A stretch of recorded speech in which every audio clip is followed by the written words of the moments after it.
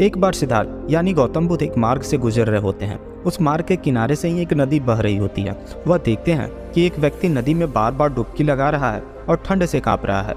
बुद्ध उस व्यक्ति को देखकर बहुत आश्चर्यचकित होते हैं। वह व्यक्ति बार बार नदी में डुबकी लगाता है और कुछ जाप कर रहा होता है।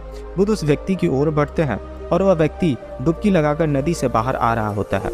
जैसे ही वह व्यक्ति नदी के बाहर आता है तो उसका पैर एक मेढक पर पड़ जाता है और वह व्यक्ति कहता है, राम राम राम, यह तो मेढक पर पैर पड़ गया, लगता है मुझे दोबारा से 108 बार डुबकी लगानी पड़ेगी।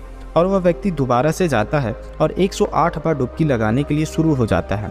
बुद्ध देखकर मुस्कुराते हैं और उसे कहते हैं, बंते रुको, तुम यह क्या कर रहे हो।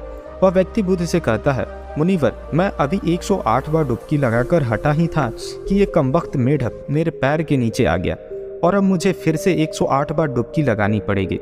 बुद्ध कहते हैं, तुम 108 बार डुबकी लगा लेना, परंतु क्या उससे पहले तुम एक मेरी बात सुन सकते हो।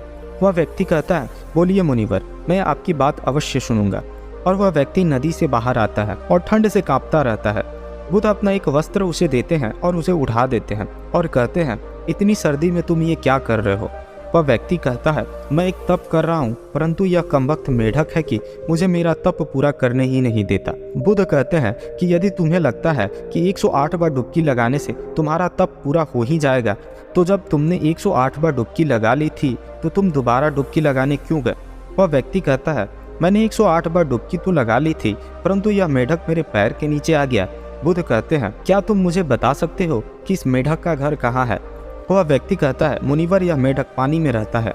बुद्ध हंसते हैं और कहते हैं, जब तुम 108 बार डुबकी लगाने से अपना तप पूरा कर सकते हो तो यह मेढक तो हर समय पानी में ही रहता है, तो इसने अपने कितने तप पूरे कर लिए होंगे।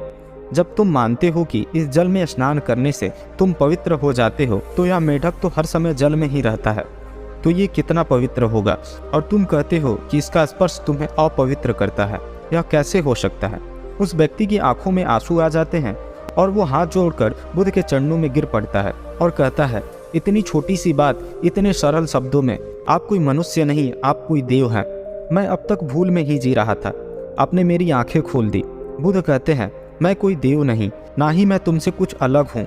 तुम में और मुझ में बस छोटा सा अंतर है।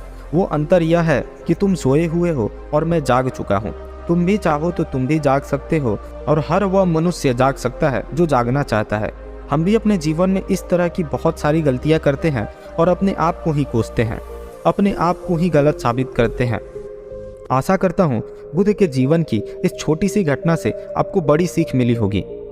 कहानी अच्छी लगी तो वीडियो को लाइक एंड शेयर करें और चैनल को सब्सक्राइब करें। Thank you, thanks for watching.